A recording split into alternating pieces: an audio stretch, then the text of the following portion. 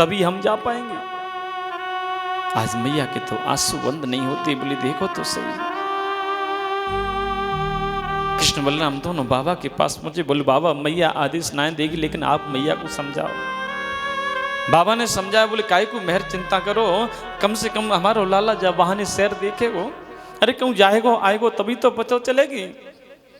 अब तो निकल रहे हैं बार बार, लेकिन आज रात्रि भर मैया के साथ कन्हैया सोए। ना तो मैया को नींद आई ना लाला को नींद आई। दोनों एक दूर से रहते बातें करते रहे। मैया ने लाख कोशिश करी, लेकिन आज का नहीं करे। मैया बोली थोड़ा सो शाम, थोड़ा सो समय अगर मिल जाए तो मैं ज्यादा दिन ना रहूंगा मथुरा में। बाबा से कहा, बाबा ने मैया को समझाया, लेकिन मैया की अश्रुधारा बंद नहीं। इतनी बात यहाँ महल में हो रही, तब तक तो पूरे नगर में हल्ला मच गया। बोले कोई मथुरा ते अक्रूर आयो है और हमारे कृष्ण बलराम को लेकर के जाएगो। जैसे सब ग्वाले ने सुनो, सबके सब ग्वाले गेट पे आ गए, सब गोपियां खड़ी हैं। सबने देखो, बोले ये अक्रूर, ये अक्रूर नहीं है, इसका अक्रूर नाम किसने रख दिया? ये तो बड़ा क्रूर है, जो हमारे प्राण प्रियतम को हमसे दूर ले जाएगा। तो ये काहे का अक्रूर?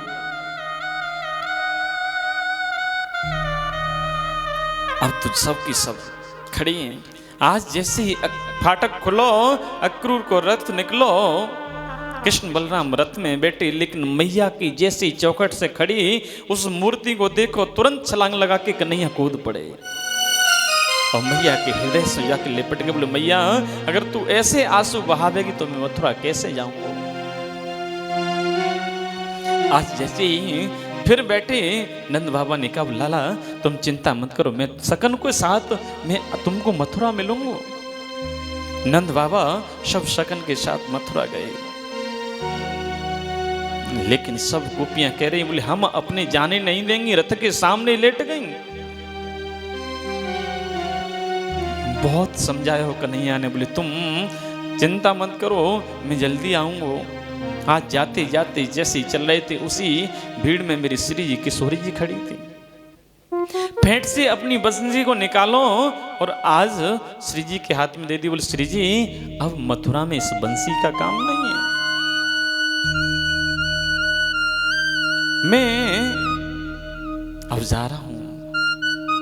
और कहते हैं श्री जी उस दिन से फिर कुछ बोली नहीं, मौन हो गई।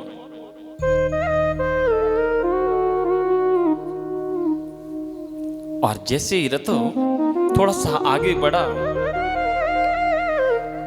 यमुना के किनारे से निकल रहे थे, तब तक अक्रूर जी ने सोचा बोले एक डुबकी लगा लो।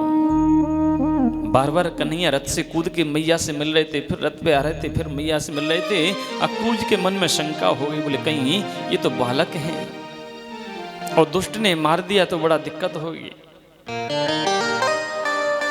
लेकिन जैसे ही डुबकी लगाई तो वो छवि जो रथ में बैठी है वही नीचे दर्शन किया, फिर ऊपर आए तो वही रथ में दर्शन किया, तो शंका मिट गई।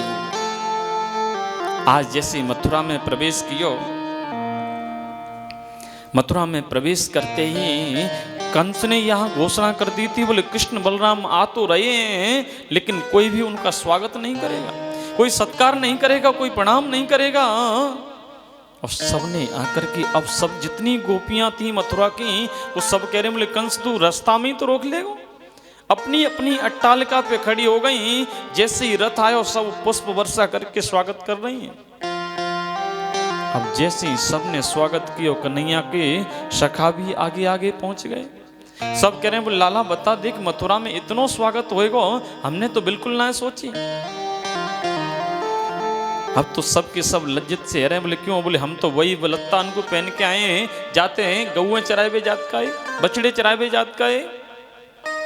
अब कन्हैया ने कहा बोले तो चिंता मत करो, बाबा को थोड़ा बिठाओ और पतली गली से निकल के सीधे विश्राम घाट पे। अब जैसे ही पहुंचे तो वहां सबसे पहले कंस के धोबी से मुलाकात है गई।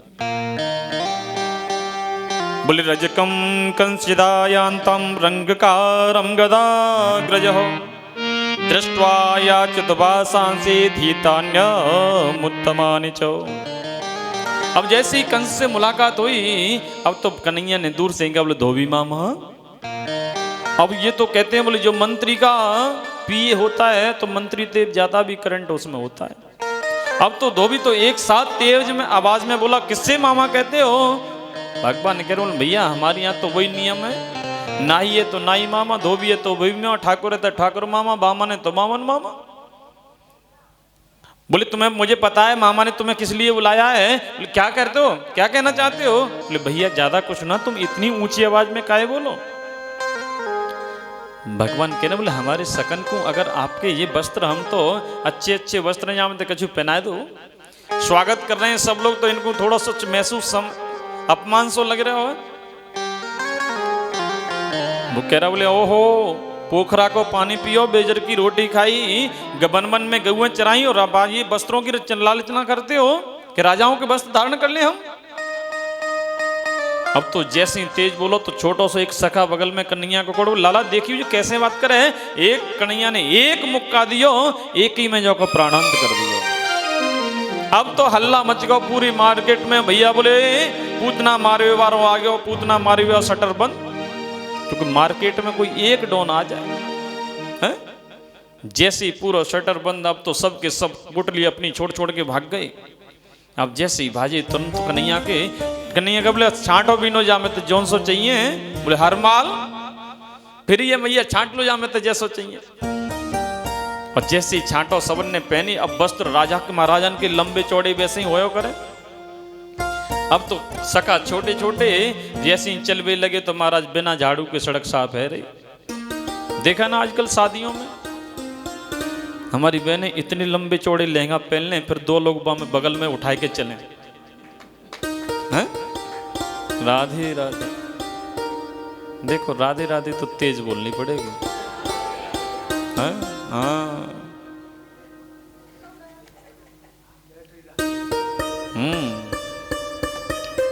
कछु तो कमरन में तभी निकल कहीं ना आए, बोले महाराज परिक्रमा तो देख के आए, आराम तो कर लें। हैं?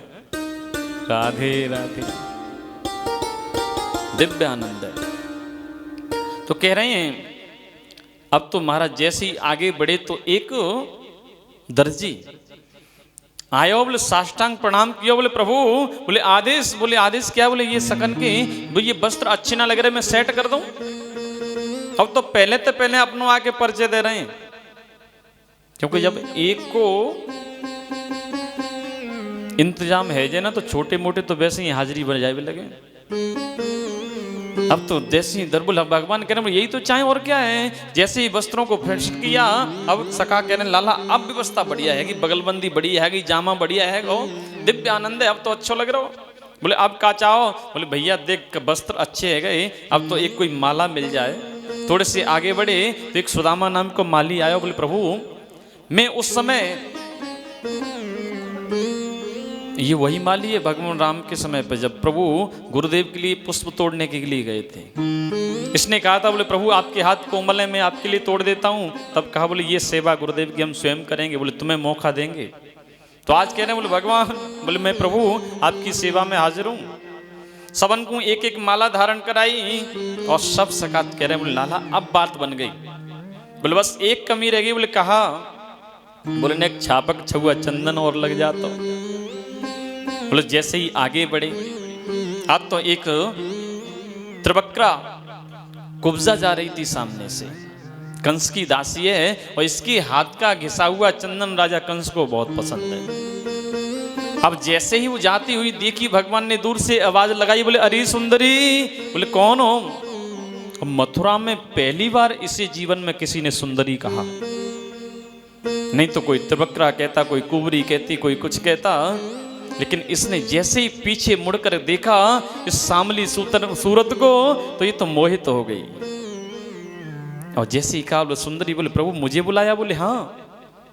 बोले ये आपके हाथ में क्या है? बोले चंदन। बोले अगर आपको अच्छा लगे तो हमारे सकन को सवन को चंदन लगाओ।